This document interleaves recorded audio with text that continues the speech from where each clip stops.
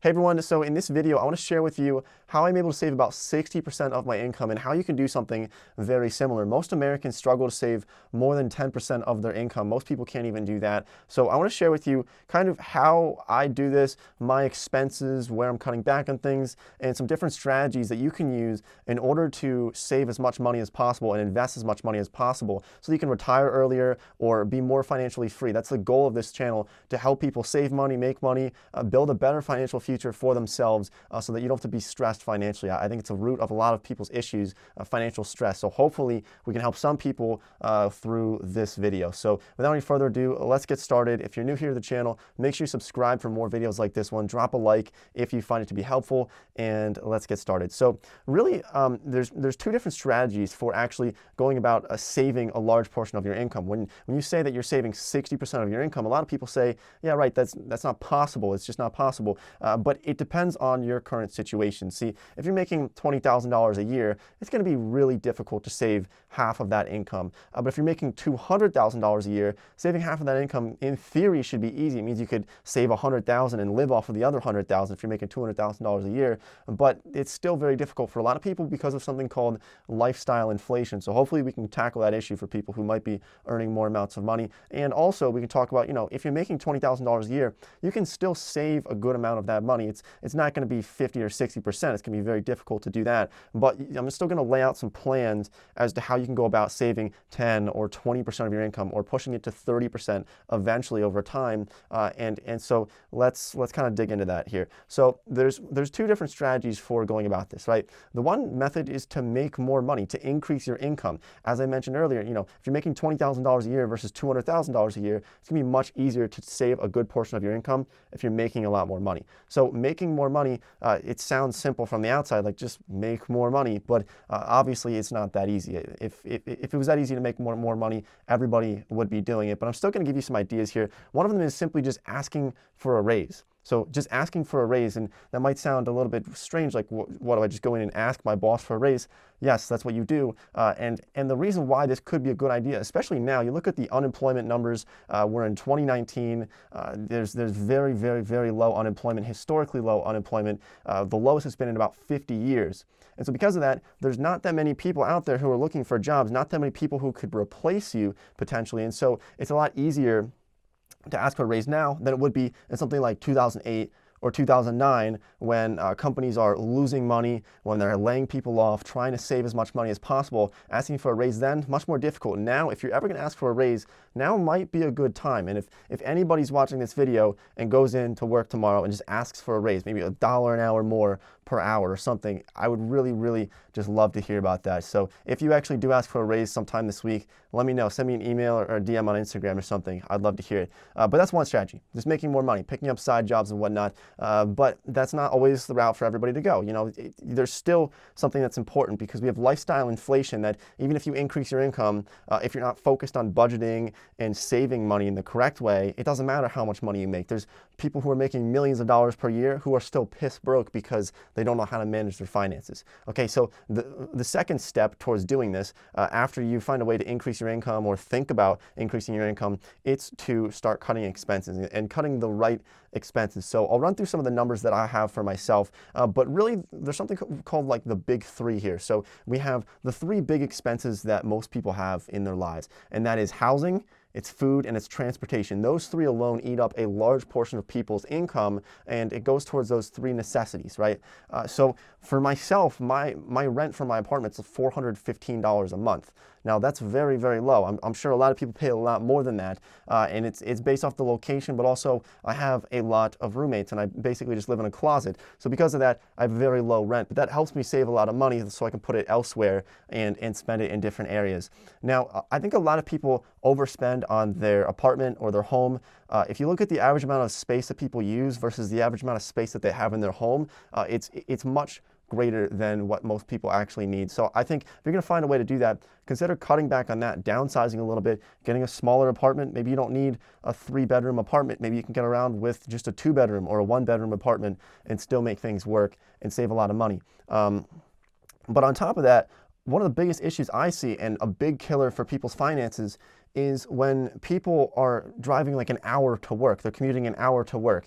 Now, there's two kind of issues with this, and I understand like some people have to do it because there's a variety of reasons that we don't have to get into, but some people have to do it. But I have a lot of friends who are driving an hour to work and an hour back simply because they just don't really feel like moving all the way over to a different area. And what this does is it's killing your wallet by draining your transportation costs, which is one of the big three. So we're going to talk about transportation costs, how to cut those as well. But driving an hour to work and an hour back really does kill your wallet, gas, but also wear and tear on your vehicle, and the opportunity cost and the time that's involved of spending 2 hours per day. You're not working 40 hours a week if you're spending 2 hours per day commuting. And you can really call that 50 hours a week that you're actually spending on that job. If it's 2 hours a day, 5 days a week, that's going to be a lot more time involved as well, which is just going to add up as another expense. So cutting back on those housing costs, you could simply just move closer to your job. If you can live within walking distance or biking distance or a few miles from your employer, that can really save you a lot of money, and what I think is more important, save you a lot more time, which you can then go make more money with that time that you have saved, or just enjoy your time. I think it's important to enjoy your time. So another expense that I want to discuss here is food, right? So we're not talking about rice and beans. You don't have to go completely just like weird about it and just eat like potatoes and eggs every day because you want to save money. You don't have to do that. But there's some strategies that I use to really save a lot of money. I had a serious Uber Eats problem and a really bad Chipotle problem about a year and a half ago. I was spending a lot of money, pretty much every night, every other night. I would go onto Uber Eats because it was right there on my phone, and I would just start ordering food. It was way too easy. TGI Fridays was really good, and it was very, very expensive. So solution, just delete it from your phone. Delete all the food ordering apps. Get rid of those flyers for Pizza Hut or Papa John's, whatever your heart desires and you're hungry for. Get rid of those and start creating meals during 1 day per week, and then create those for the rest of the week. So I know for myself, I don't have a lot of time to like sit down and just make like a 2-hour meal like a chef. I'm not a chef, right? So instead, I'll make a bunch during 1 day and then have that for the rest of the week. So I'll make a massive pot of food and then essentially live off of that pot of food and some other different types of food. But that's a great way to do it. So kind of meal prepping, great way to save a lot of money on groceries, as well as only allowing yourself to go to the grocery store once a week. I would find myself going like once a day or once every other day because I'd be hungry for a steak, or I'd want some shrimp to make some type of meal, and it would add up because every time I go into the store, I'm not just buying one thing. I end up filling a basket of food. I get very hungry. I'm sure you do too. So it's a great way to do it. Just once a week, go to the store. Once a week, cook all your food, or at least once or twice a week, cook all your food for the rest of the time, so that you're able to save a lot of money on food. And then going on top of that, transportation costs, I don't have car payments. The most previous video that we made on this channel was talking about how the average car payment's like $545 per month, and the average cost of owning and operating a vehicle in America is thousands of dollars. For a new vehicle, it's about $8,849 to own and operate a new vehicle in America. That's very expensive for a year to own and operate a vehicle. So if you can find ways to cut back on this, and I think going forward, probably in the coming years, I'm not even going to have a car. I'm not going to have car insurance. Car insurance is very expensive. And for myself, I just don't think I really need one, considering my location. It's close enough to Philadelphia, New York, DC, in that area where you can essentially get around with public transportation, take an Amtrak from Philly to New York or DC pretty easily. And so because of that, I just don't think I really need a car as much as somebody in Oklahoma, or if you're over in Idaho somewhere, you're probably going to need a vehicle, and that could add up a lot. But that's why a lot of my expenses, I'm not spending a lot of money on those certain transportation costs that most people are spending money on. So because of that, I find myself saving a lot more. Now there's other costs that really can't be avoided. Health insurance, which kind of weird. It's almost as expensive as my rent, which is strange to think about. But I think that's very important. Even as young people, a lot of health incidents can crop up. So I don't think you should skimp out on that. Dental insurance, haircuts. There's all kinds of random things that will pop up that you don't really think about. Like, I don't think about factoring haircuts, like the cost of cutting my hair, into my budget, but then once you actually lay it out and once you start tracking everything, this is why I think it's so important for people to do this. I have a free budget template down in the description below for this video, totally free. Like, there's no catches or anything. It's free to use, and I think everybody should get started with that to at least kind of understand where their money's coming in, where it's going out, and how you can go about saving money and saving a large portion of your income. This is the first step to doing anything, is just creating that budget. But like I said, there's a lot of costs that you don't think about. So haircuts, I'm spending like $25, $30 a month on that. It might sound like a lot to some people. I used to go to Supercuts till they jacked up my haircut really bad one time. So I pay a little bit extra to go to somebody who's an actual barber. So there's some fees that you're just gonna have to pay regardless for various things. Another thing that I will pay for, and I want to talk about here, is clothing, right? So clothing is something that some people will be spending so much money on. We're talking thousands of dollars per year on clothing. I just find that ludicrous. So for myself, I like to go with things that are pretty simple and kind of timeless, so that you don't have to worry so much about changing your clothes every single year. Like, I buy new clothes, but they're very basic and they're not very expensive. So one of the worst mistakes that I think people make is when they follow the trends too much and then the trends totally die out. So I'll give you a prime example here. Right now, and this has been going on for about a year or two, if you're following fashion trends, you'll know that a lot of style from the 90s came back. So you'll see like the pastel colors and different kinds of jackets from the 90s and stuff. And so I'll see some people drop like $400 or $500 on a jacket that looks like it's straight from 1992, right? And it's really cool now.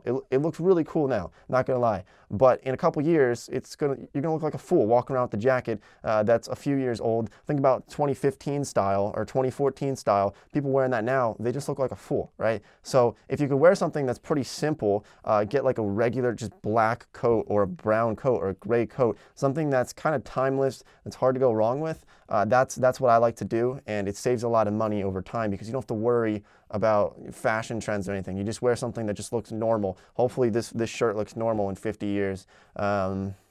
Yeah, so there's other expenses as well that do add up, like phones. I have 2 phones actually, so there's kind of some expenses going on there that I have to pay for, but I pay per gigabyte of data, so I try not to use too much data.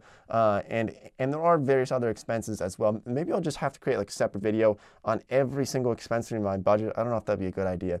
But those are essentially kind of the ways that I'm able to save a lot of money. I don't have that many expenses. I really don't. I'm not paying for a mortgage. I'm not paying for kids. I don't have dependents under me. So there's just a lot of things that I don't have that most other people might have. And so this video is my personal example here of how I'm able to save about 60% of my income. Now, for you, maybe that's different. And I'm not saying that everybody should be able to do 60%, but for you, I think everybody should be able to at least get 10% or 20% or maybe 30%, depending on your income now, and see how high you can scale it up without actually affecting the quality of your life. I think it's foolish for people to put themselves in a shack, and if their friends are going to the beach for the weekend, they say, no, I can't go to the beach because I can't spend money on gas because I have to save half my income. I think that's foolish. You want to enjoy your life. I wouldn't do something that sacrifices the quality of your life. If you're saving half your income, but you're miserable because you don't let yourself buy some pickles at the grocery store because they're $3.50, then I think that's just really a mistake. But obviously, it's up to you on how you want to do that. So going over this, look, there's some steps you want to take. The first step is creating that budget. But step number 2 is auto withdrawing money from your bank account every time you're getting paid. Now, this is a little bit more difficult for me because I have different varying amounts of income coming in on a monthly basis. So it's a little bit more difficult to do this. I have to actually calculate it every time. But for yourself, look, if you're making $4,000 a month and say you want to save 30% of your income, best way to do this, every time you get paid, take out 30% before you can even touch it. Because theoretically, you could just, go about your spending and say, okay, I'm going to save 30%. Much more difficult to do that. The best way to do it, auto withdraw money. So take money out. If you're getting $40,000 a month, you want to save 30%, automatically withdraw $1,200, put it into a separate account, a savings account, an investment account, whatever you want to put it into, but automatically withdraw it and put it into something else, and then live off of that remaining 70% or whatever number you would like to go with. So live off of that $2,800 per month instead of that $4,000 per month, and kind of trick yourself into believing that that's how much money you're actually earning. Kind of think of it as like a tax. You're getting taxed on it up front, you're taxing yourself and putting it into a separate account. So, this really does vary based off of how much money you're making. And I'm not going to say that you can save all of your income if you're making a minimum wage right now. It's very difficult, but just start with as a small percentage as possible and see how much you can increase that over time. Focus on big wins, focus on those big three of housing, cutting housing costs, food costs, and transportation costs. Spending money on the lattes and Starbucks, that definitely does add up, but focusing on those big wins definitely does make a big difference. So I think that about wraps up this video. There's one more thing that I just want to briefly mention here. If you're a couple, if you're married or something, a strategy you could go about doing this is by living off of one of the spouse's income or one person's income of that household instead of both. So it's another way to kind of trick yourself into saving money by saying, okay, let's just pretend that one of us, probably the one with the lower amount of income, isn't working, and take all that money that that person's making and throw it into a savings or investment account. It's just another little kind of trick that people use that I think can be pretty effective. So if you find value in this video, share it with somebody who's looking to save more money. Drop a like and subscribe to the channel if you haven't done so already. Thank you for watching this video all the way through. I really do appreciate all the support. We're doing our best to help people build a better financial future for themselves. So thanks for watching, and I'll see everybody next time.